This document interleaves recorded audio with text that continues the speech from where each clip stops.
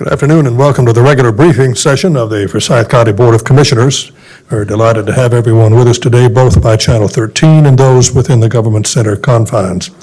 We have a couple of discussion items this afternoon before we start on our agenda. And this agenda, incidentally, is going to be the agenda, September 2nd. Hard to believe that we're that close to September, but that's where we are. We're going to have an update from Chris Murphy on city county planning, and we're going to announce that our friend Fleming Elamine, a member of the Forsyth County Board of Commissioners, is out of town and unable to be here, but he has joined us by remote. And good to have you with us, Mr. Elamine. I'd like to also mention that we have Jonathan Swift, or Joshua Swift, who is the director of the Forsyth County Public Health Department, and we're going to get an update from him right now on what's going on with COVID-13. Good news, bad news. Joshua, you're on.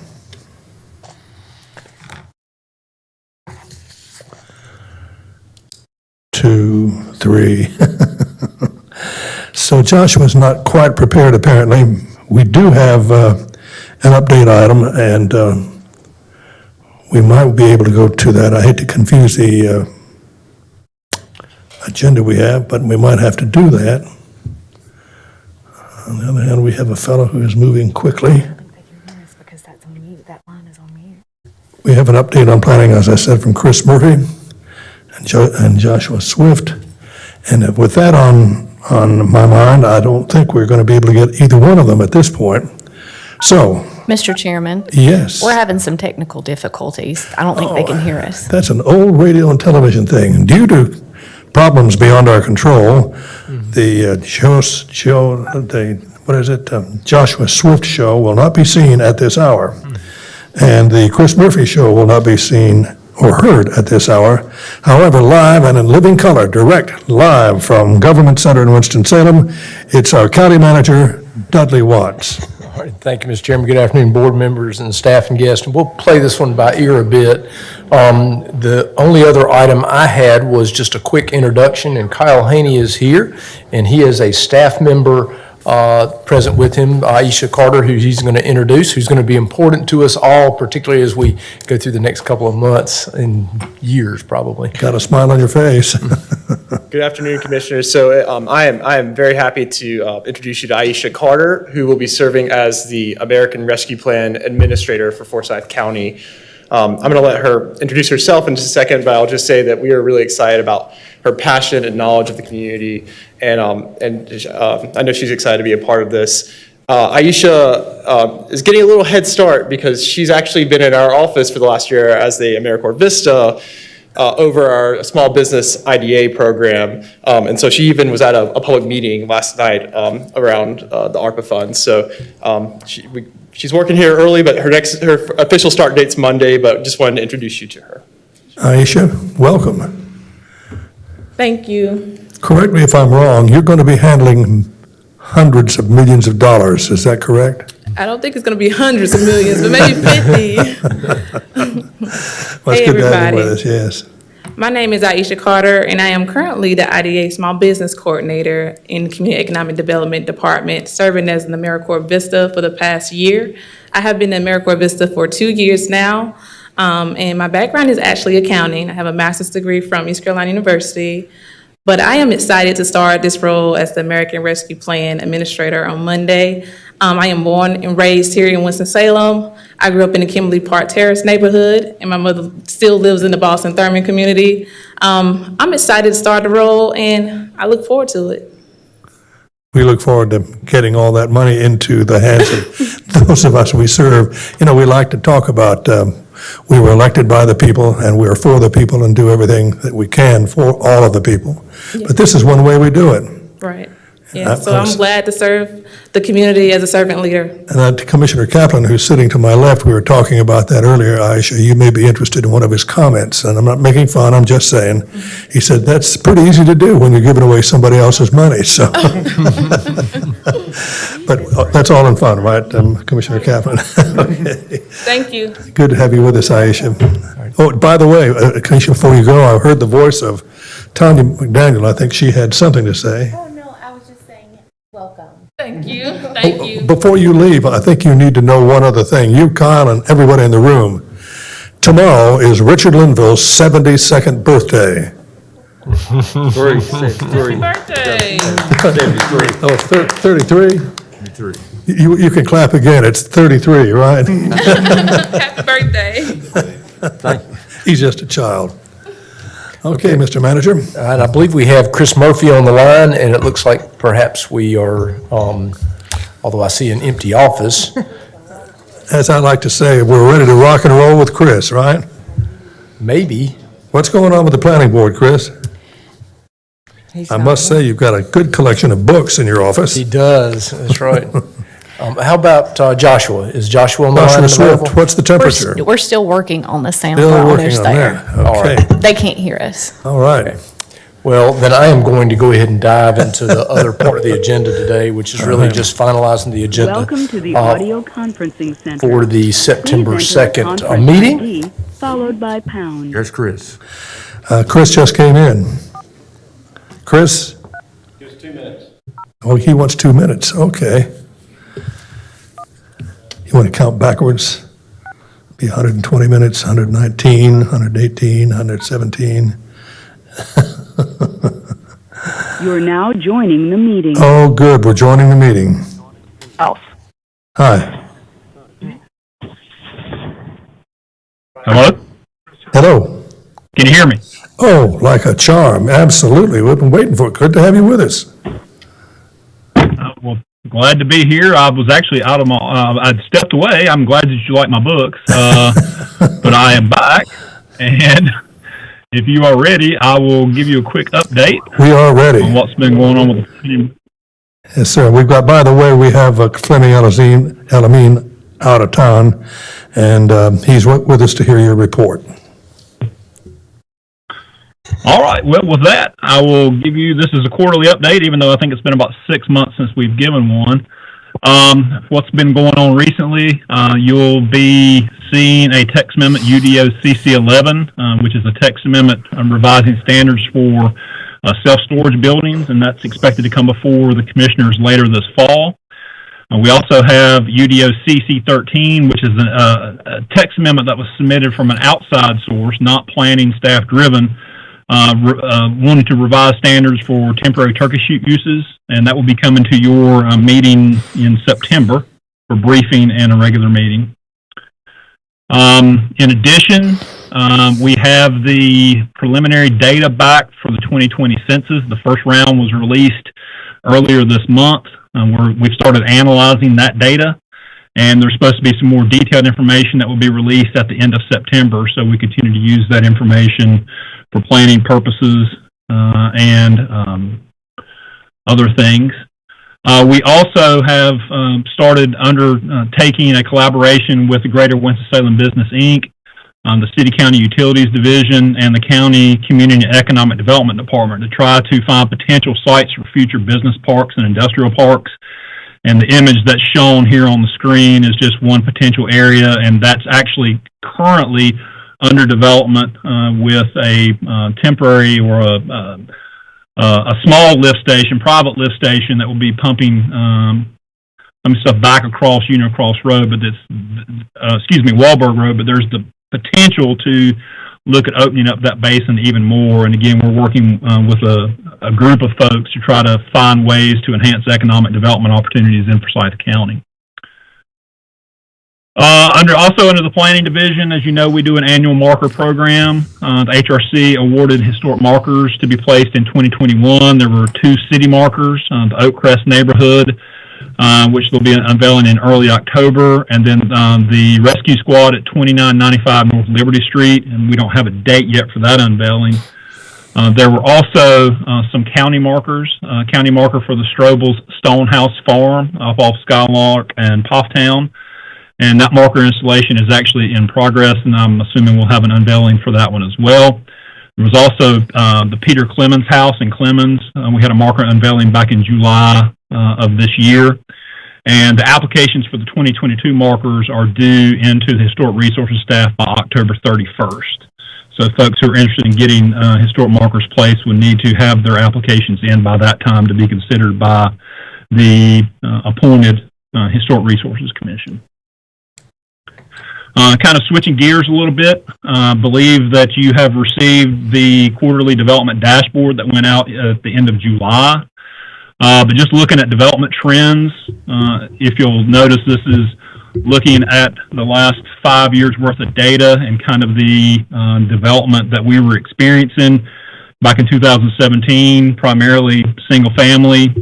Today, 2021, we have extensive multifamily development, but actually even more single-family residential development than we had then.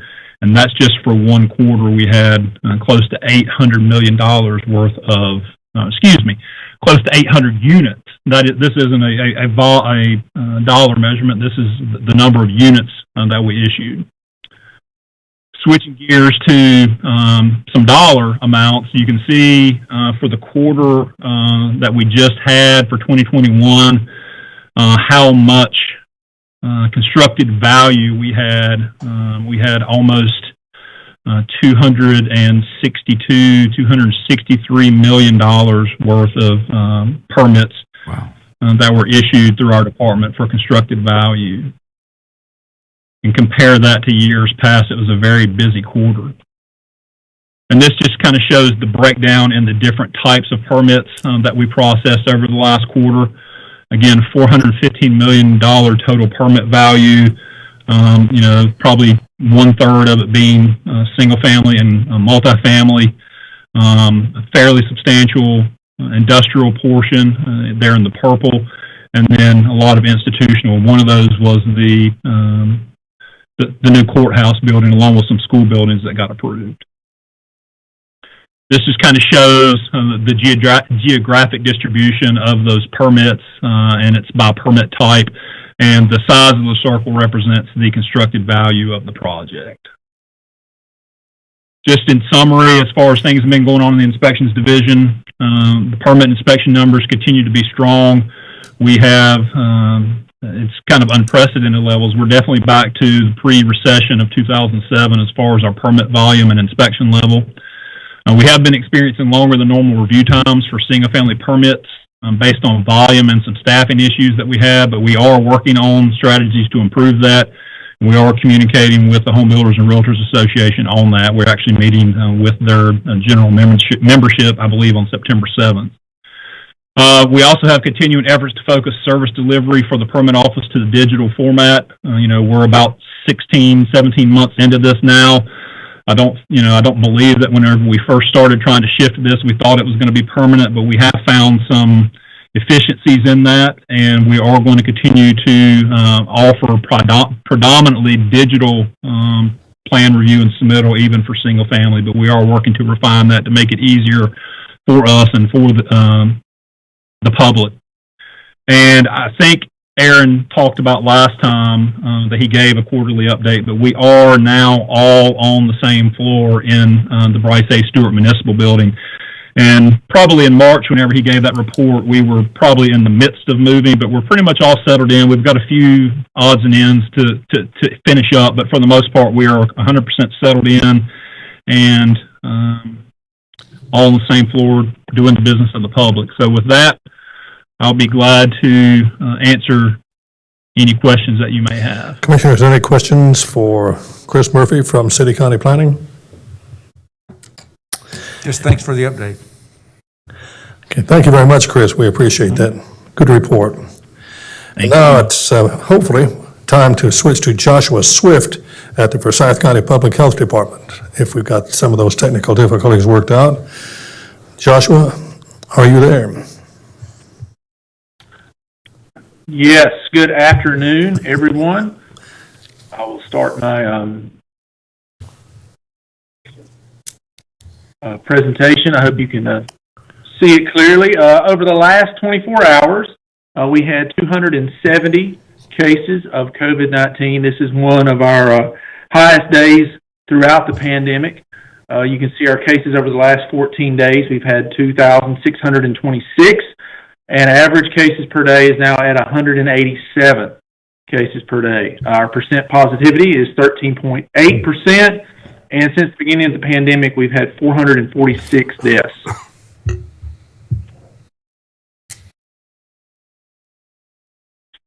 This next slide shows our cases per week, and just really wanted to note that you can see in late June, we were having literally less than 50 cases per week of COVID-19, confirmed positive cases, and then now for the last 2 weeks, we have had over 1,000, actually 1,100, almost 1,200 cases per week.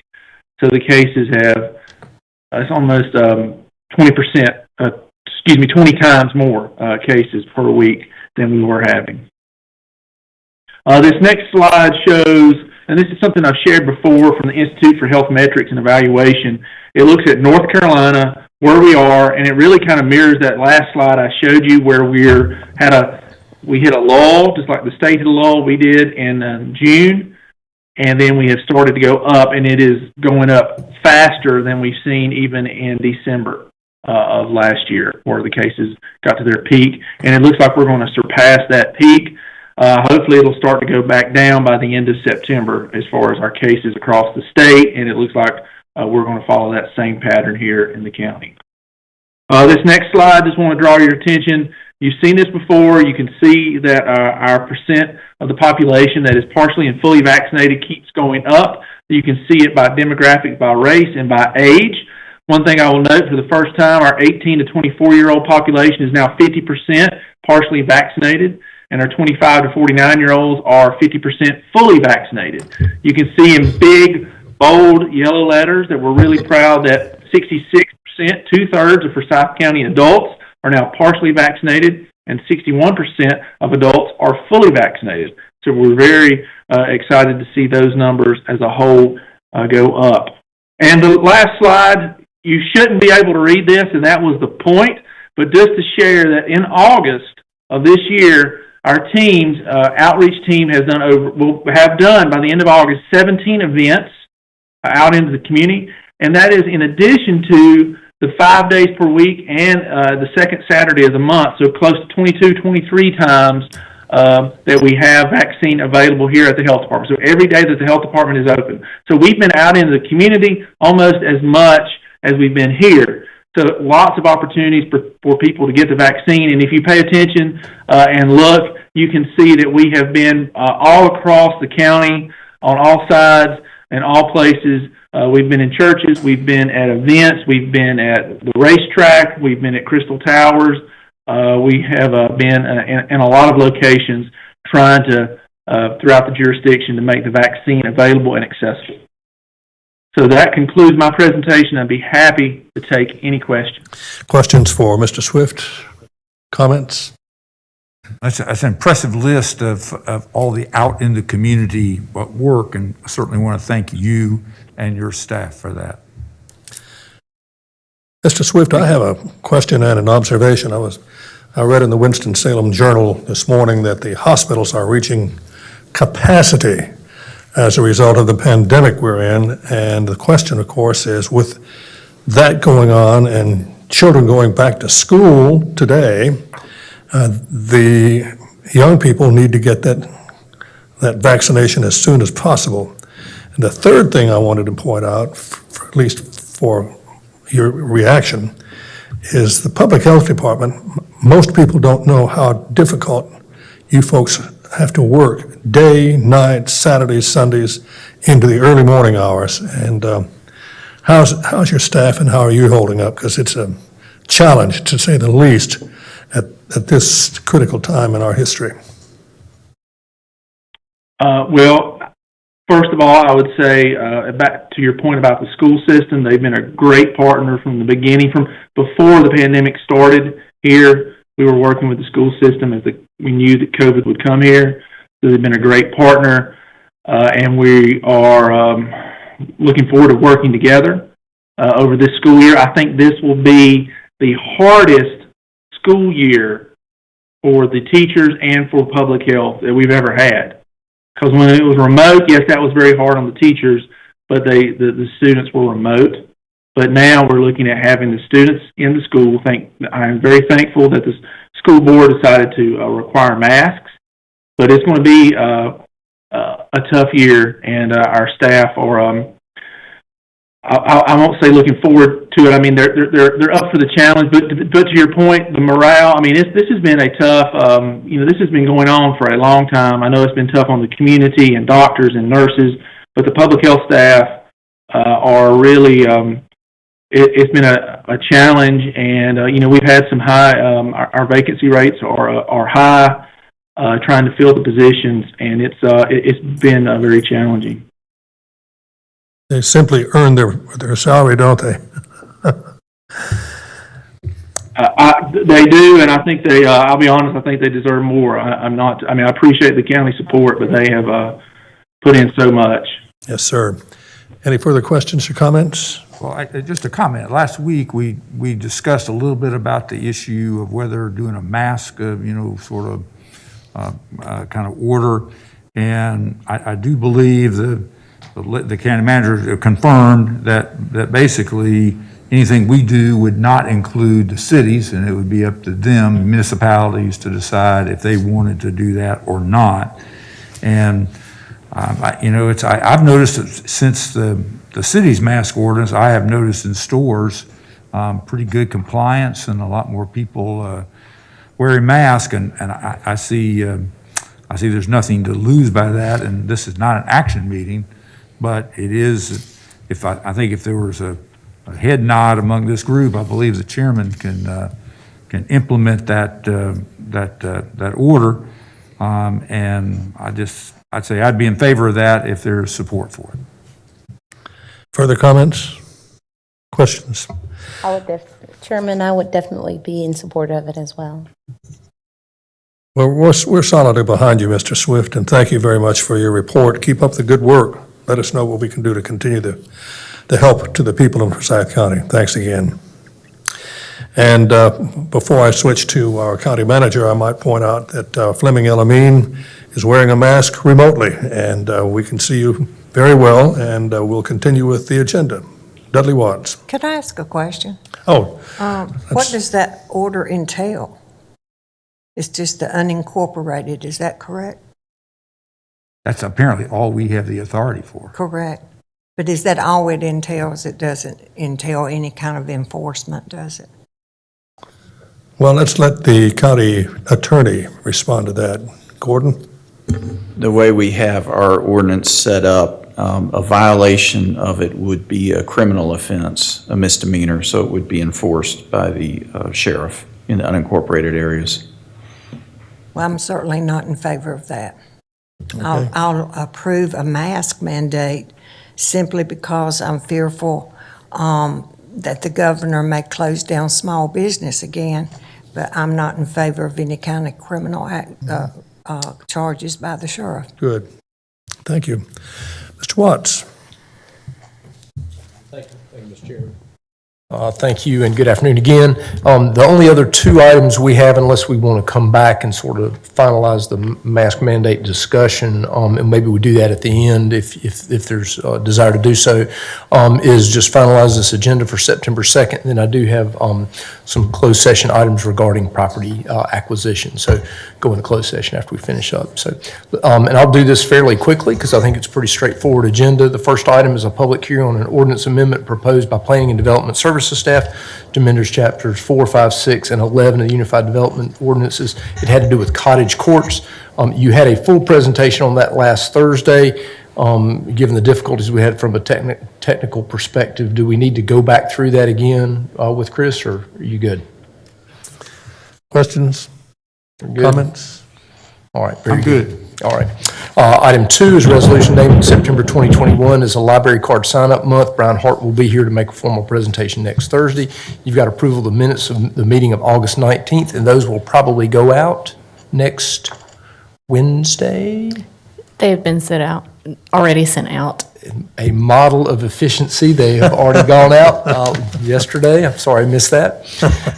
Item 4 is an amendment to the fiscal year 2021 budget ordinance that appropriates reserve fund balance for COVID-19 response. Any questions? Comments or questions? I'll go through these real quickly. Amendment to the 2021-22 budget ordinance.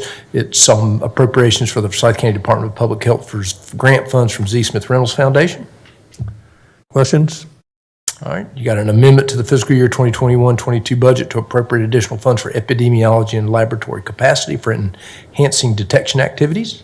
Comments? All right, you got an amendment to the fiscal year 2021-22 budget, increasing revenues and appropriations for the Department of Public Health for epidemiology, communicable disease branch funding from DHHS. Questions? An amendment to the budget to increase revenues and appropriations for the Forsyth County Department of Public Health for the Women's and Children's Health and Children's Youth Branch funding from DHHS. Comments?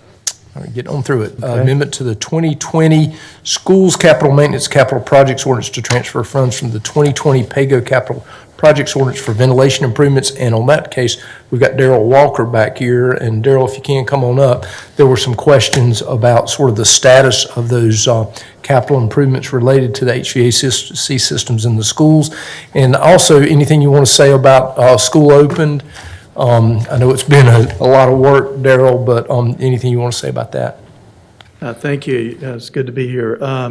So once on the ventilation piece, I'll start there. Once you guys kind of allocated some funds back several months ago, while I had a contractor and I had supplies, we went ahead and did the implementation of the bipolar ionization in all the schools. I took some capital projects and set them on the sidelines and used that money to go ahead and do that because the supply chain was getting ready to dry up on us. So went ahead and did that. And so we'll take the funds that's allocated this and go back and grab those projects that were put on the sidelines and complete those that were part of our 10-year capital plan. So all the schools were completed before the end of school last year. No surprise of if you've been around any of the schools last couple of days, traffic just completely awful. A lot of bus issues, quite honestly, just to be totally honest with you. Big shortage in bus drivers, as you've probably read and heard. About 65 short, which equates to about 320 runs without a driver. And so... How in the world do you get around that? Sir? How in the world do you get around that? We haven't, and because so we've had kids that we haven't been able to pick up, and just be totally honest with you about that. So we are looking at other means of support for transportation, and kind of thinking out of the box a little bit. We're probably going to go outside our system to try to support that. I have some conversations today. I've had 3 meetings with some contractors on trying to help support us to get through this phase. And so it's pretty common across the country and around this area especially is a real shortage of drivers. So we're all really struggling with that. Is it the pandemic that's causing all that? No, it's just, we've seen it for the last couple of years. It's kind of been building and building. Just not a lot of folks that are interested in that, in providing that service. And so it's been a real struggle. We tried to adjust our pay. Yeah. That really hasn't made a big jump in the of the number of applicants. So we're going to have to do things a little bit differently than the norm. And so actually, while I was on the line with the contractor this morning, he said, "Oh, I just got a text from Charlotte Meck asking the same question." So really, just tell you that everybody's looking for options and ways around that. But overall, school opening kind of went well. As you know, we opened Louisville Middle as a new school, and so. Other than a few little glitches with our fire alarm, everything's gone well out there. How many qualified drivers do you need to hire? So we're 65 short right now. Whoa. So are those regular yellow buses? Because you got some other, McKinney-Vento train. You got some other transportation issues. Yeah. I'm thinking about regular routes. So that number I gave you covers every route that's kind of open. So you can't basically have residential magnet choice, McKinney-Vento are homeless students, and we have foster students. And those add a different layer of transportation to your system because, I'll tell you something. I mean, we had a kid last year who was in foster care in Concord, and we had to pick that kid up and get him to school here. And so you're picking that kid up at 4:30 in the morning and trying to get them back here and get them in school and then get them back home. Those are real challenges. You have to do a lot of, I'll meet you here at the corner of this street and that street in Salisbury and pick the kid up or something. And so those things just kind of destroy your whole efficiency rating within your transportation system. So some real challenges around our homeless students and our foster care students. And that piece, quite honestly, that piece I'm looking at just taking out of our system and set it over here on the side, and then contract that work out. So when you do that, how many regular route vacancies do you have? Well, at that point, we'll probably free up probably a third or more of those routes. But it'll really help us, on our efficiency piece. We're still going to be short a little bit on that, but we're going to gain. We'll be able to at least double up a little bit. So we parked our last bus Monday night. Was the first day of school at 7:40,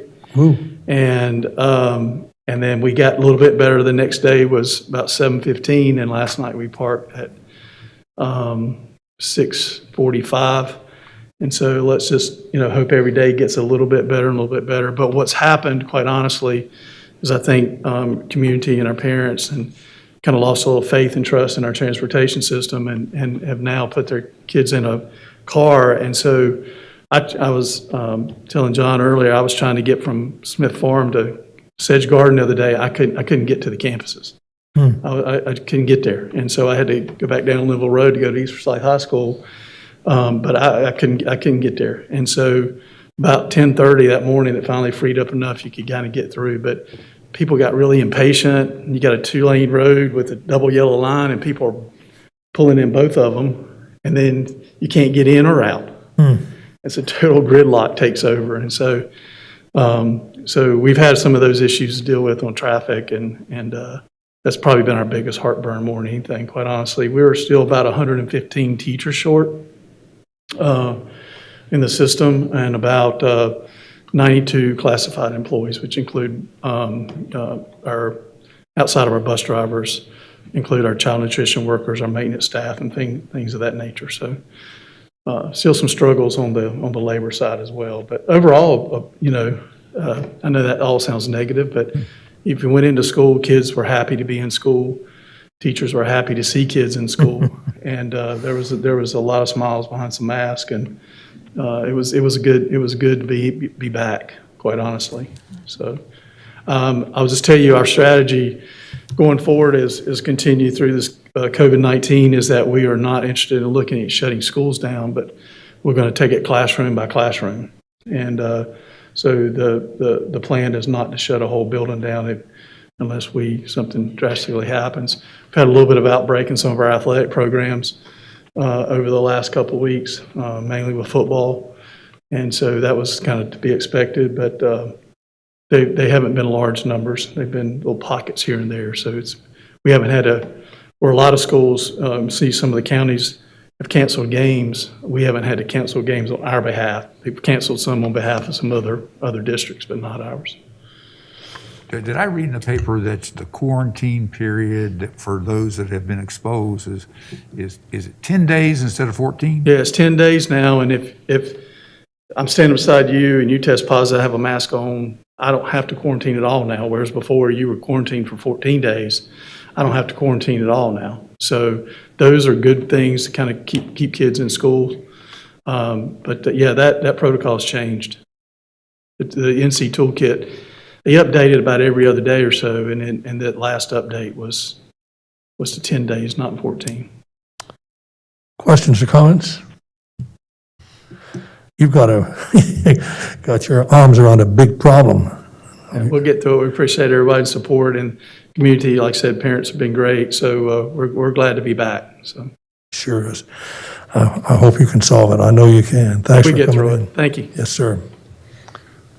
Very good. Thank you. Thank you, Darrell. Item 10 is an amendment to the fiscal year 2021 budget ordinance to adjust the number of authorized positions in the sheriff's office. Questions on that? Questions? All right. Item 11 is an amendment to the 2020 motor vehicle and mobile equipment replacement capital projects ordinance that appropriates the annual transfer from the general fund and additional revenues for charges and services and insurance proceeds. Comments? All right. Item 12 is a resolution authorizing the acceptance of one North Carolina Rural Division building reuse grant funds from North Carolina Department of Commerce to support Ardall Metal Beverage USA Incorporated. Questions? All right, item 13 is a resolution authorizing acceptance of a federal Homeland Security grant program awarded to the Emergency Management Department from the North Carolina Department of Public Safety, Division of Emergency Management. You got the associated budget ordinance amendment. Comments? Great. Item 14 is a resolution authorizing execution of the necessary documents to apply for and receive a grant from the Winston-Salem Foundation for improvements to the Arboretum at Tanglewood Park. Questions? All right. Item 16, nope. Items 15 is a resolution authorizing a contract between Forsyth County and Resource Institute Incorporated for engineering and design of repairs to streams and drainage ways affected by the Hurricane Florence and subsequent flooding. Questions? All right, item 16 is a resolution authorizing the purchase of defibrillators and a Lucas chest compression system devices for emergency services quick response vehicles. Comments? Item 17 is a resolution authorizing the execution of an agreement between Forsyth County and Spatial Data Consultants Incorporated for digitizing historical aerial imagery. Questions? All right, items 18 and 19 are both resolutions ratifying and authorizing the execution of interlocal agreements between Forsyth County and Winston-Salem Transit Authority. One of them is for the non-emergency medical related transportation services, and the other one is bus passes for eligible applicants. Comments? All right, you got refunds on item 20 and item 20, and then you've got 4 reports there, your human resources report for the month of June and July, that contribution-based benefit cap report for July 21, and the quarterly fuel surcharge report. Questions or comments? All right, and the last item was added, and if I could ask Kirby to come on up and review this, based on the discussion that was held last Thursday, we added a resolution authorizing publication of offer to purchase a portion of county-owned real property by negotiated offer, advertisement, upset bid procedure at 651 North Highland Avenue. Sir. Good afternoon, Mr. Chairman and Board. I appreciate the opportunity to be back in front of you with this item today. And I'll just quickly recap where we've been. At the Board's January 21st meeting, you directed the county manager to solicit fair market value offers for a 1.3-acre portion of county-owned real property located at 651 North Highland Avenue. The GW Holland Housing Corporation has offered $126,000 for the property and plans to develop it for affordable housing for low-income and veterans. According to the resolution's proposed use restriction on the property, any subsequent bidder would have to develop the property in a manner consistent with the East End Master Plan for low-income and veteran housing. The resolution also includes a repurchase clause that would allow the county to repurchase the property at its original purchase price, less any cost to restore the property, should the property not be put to its declared use by December 31st, 2024. So in effect, this resolution does 2 things. One, it advertises that $126,000 offer for upset bids. It'll be out there for the statutorily required 10-day period. It also places a use restriction on that bid such that anybody that wants to upset it has to meet that and tell us what their proposed use is when they make their deposit. The GW Holland Housing Corporation has made their deposit, and this item will come back before you in terms of the last and highest bid for acceptance. Happy to answer any questions the board has. Questions or comments? That's a good report. Thank you. Thank you, sir. Kirby, you might have mentioned it, and I apologize because I was actually reading something different. Did you mention the repurchase Yes, provision? sir. Yeah, so basically, if they don't put it to its stated use or complete development by December 31st, 2024, the board has the option to repurchase it, less any cost to restore the property to its basically current condition. Okay, thank you very much. Yes, sir. Mr. County Manager, we've got 4 months till the end of this year. Can you believe that? There's a lot going on between now and the end of this year. So the only other item just to return to real quickly is I heard a little interest on perhaps you initiating a mask mandate. Just wanted to make sure there's not anything that we needed to do to prepare you for that if, in fact, there's board support for it. Okay. Any further comments or questions? Commissioner Limbo. I support the mandate, but anything beyond that, penalties or whatever, wouldn't go that far. Hopefully, when I'm out, which is not a great deal, but places I do go to, dollar store, drugstore, went and got some license yesterday and for a vehicle, and there's quite a number of people that wearing the mask. So if it's helpful in any way, and according to the health people, it it is, and so I just support it, hoping that it'll keep things from getting any worse. But as far as penalties, that kind of thing, if somebody's not wearing one, I'm not going that far. Yeah, that's, a lot of people are talking about that. I did notice that Krispy Kreme Donuts is giving you two donuts beginning August 30th for a week. If you come down, if you don't have to go there to get the shot, but get your vaccination. I figured that out, Mrs. Wisenhunt. If three of us went down, we get a half dozen donuts between the three of us. Could I make one other comment? Yes, sir. You know, last week with Dr. Ohl and Joshua Swift, there was some discussion of maybe setting a limit, a time that this would expire, any kind of such order. And if I heard Dr. Ohl correctly, he was talking about sort of a month, and I would propose, it sounds like there's some consensus, that our mask mandate order should expire on September 30th. That's a full month, and then we can revisit it at that time and see, and hopefully, you know, we start that plateau that was talked about. Joshua's chart showed a plateau beginning. It's a 1 week show, but if it continues and plateaus and goes down, that's a good reason to think about rescinding this order on September 30th. So I'd like to suggest a September 30th. Oh, I love that idea. 30th. Comments on that? Yeah, that's fine. Mrs. Wisenhunt? Commissioner Kaplan? Commissioner Linville? No comment. Seems like everybody seems to be in agreement with you, Commissioner Martin. September 30th. And the 1st of September is next week, so, no, it's this Thursday.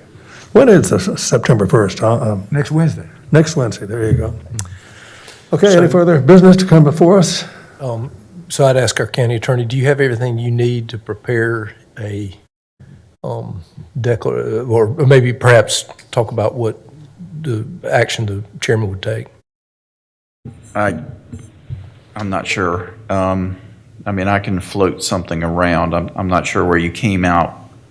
Typically, if you pass something like this, it would be enforceable as a Class 2 misdemeanor. I know a couple of you don't want that, but I'm not sure what the consensus is. The other thing I'd point out is that the board is not meeting the week of September 30th. I don't know if that makes any difference. True. I guess we could decide the week before. We can make a decision let's see, we're meeting on the, because it could be a proclamation ending. You could have the proclamation end on September 30th, but we could revisit it, the briefing before. Yeah, we could make it official September 2nd, Thursday. That'll work. That's what this briefing session's for. So, If you're yes, counting, ma'am. I'm sorry, go ahead. if you're counting hands, then I take my hand down because I'm not going to support enforcement. All right. I don't think, can I say just a general comment, a practical matter? It would seem to me that there's only a deputy involved if a store owner picks up the phone and says, I mean, we got a guy here and we want not put on a mask and won't do it, and the deputy comes out and there's a citation. I bet you there have been no citations in the city of any sort, and I know the city's a little different, but I just don't envision any citations resulting from that, and that it would happen. Don, I know you envision a lot of stuff, but I don't envision the same thing, and I'm not going to support enforcement. Number one, it would have to be the sheriff. I think he has better things to do than ride around and look and see people have a mask on. I agree with you. support people wearing a mask, but I do not support enforcement. So, Well, the Mr. problem- Chairman, Yes. if I can interject, when the emergency order was implemented last year, there was an enforcement clause, if I recall correctly. Gordon can correct me if I'm wrong. In that, in my conversations at that time with the police chief and the sheriff, there was really no true enforcement done. They would talk to people, issue warrants. I am not aware of any citations that ended up being done by the sheriff's office. I know there were a lot of times where the police department and sheriff's office would direct individuals to public health for enforcement, and public health does not enforce masks. If we were made aware by a constituent, mostly in relation to restaurants, then our restaurant inspectors may go talk to the restaurants, educate them, but I am not aware of any citations that had been done. I could be wrong, but I'm not aware of that. Okay. And that order was in place for how long? Roughly. Our order was not in place very long, but we were under the state mandate for months. And that would have, I guess that would have required enforcement also. The state That's correct. mandate. And So as I, if they were, during all the time we had mandates on masks, we had no enforcements, no citations. Their position at the time, to me, the sheriff's office in Winston-Salem PD, as well as the health department, was education. Our goal and our role was to educate individuals. And I think that's basically what we're all saying. It seems to be a general feeling up here that's, yes, go right ahead, Ted. What would the mask mandate be? What is the one that Winston has? Is it indoors, outdoors? It's the city of Winston-Salem issued one that was basically indoors when you're with non-family members. I mean, there were more than that, but that's the gist of it. Well, when you're talking about hundreds of thousands of people in Forsyth County, I don't think we're going to be running around trying to arrest everybody or give them citations for not wearing a mask. But we can strongly suggest that until September 30th with little law enforcement, and we know that's probably not going to happen. So why don't we put this on the agenda for September 2nd, Mr. Manager, and reach some kind of decision that we can vote on and be done with it. In the meantime, we'll communicate with the sheriff's department on what his intentions and direction Okay. would be. That might Sounds be good to wise. me. Chairman, if you could. Yes, ma'am. While you're getting that from the Sheriff's Department, I would like to know how many citations that he did have to write in our previous resolution. Thank Good. you. Okay. All right. I'd like to switch gears on one thing before we leave. Yes, This sir. is not for this cycle, but I do have a request for the next cycle of our meetings. I'd like to have, I guess, the second briefing, when there's an opportunity for a presentation, I'd like to hear from Karen Barnes at Agile City. I think you all will recall, literally, it might have been the very last meeting before we shut down back in March of 2020. This board actually approved a support for called a Venture Grants program. At that time, run out of the area of Venture Cafe, still managed by Karen Barnes. And I think all of us got a report at some point of kind of where they are, but they've actually advertised now for grants and have over 1,000. And I think an update on, because there were funding issues, because it was involved with both the city, the county, incentives, et cetera, all that was together. We did not pay ours because there was never a request during the pandemic. So it basically, the money we set aside in that action expired because nothing happened during the pandemic. Now that we're beyond that part, I realize we're still in a pandemic, but they have actually, now we're beyond the advertising, there's more corporate sponsors, et cetera. I'd really like to hear the money side of that, where we are, and kind of get back into the, what the expectations of success, the profile of their grants they've received, et cetera. So I'd like to see that if we could have it in the next cycle, which would be a kind of a presentation at our second meeting briefing. I think that'll work. Any further comments? Any questions? Closed session motion is the only other item I have. Before we get to that, I do want to thank Gordon Watkins for his legal advice, and the clerk to the commissioners, Ashley Sloop, for all the work she's done, and all the technical people in the room who have made the efforts, especially when we went to two people who just didn't quite get to the place where they had to give their reports, but that it worked out fine, and we appreciate everything you've done. It's all yours. Very good. Need to ask the board to consider a motion to go into closed session to discuss a matter to establish or instruct the public body staff or negotiating agents concerning the position to be taken by or on behalf of the public body in negotiating the price and other material terms of a contract or proposed contract for the acquisition of real property by purchase, option, exchange, or lease pursuant to provisions of North Carolina General Statute 143, 318, 11A5. Since there's no other business to come before the board at this meeting, following the closed session, the meeting will be Commissioner Kaplan has made that motion. Do we meet in here or going to meet back in the back? Meet the back. Back in the... Okay, just want to make sure. All right. I'll second the motion. All in favor, say aye. We're adjourned.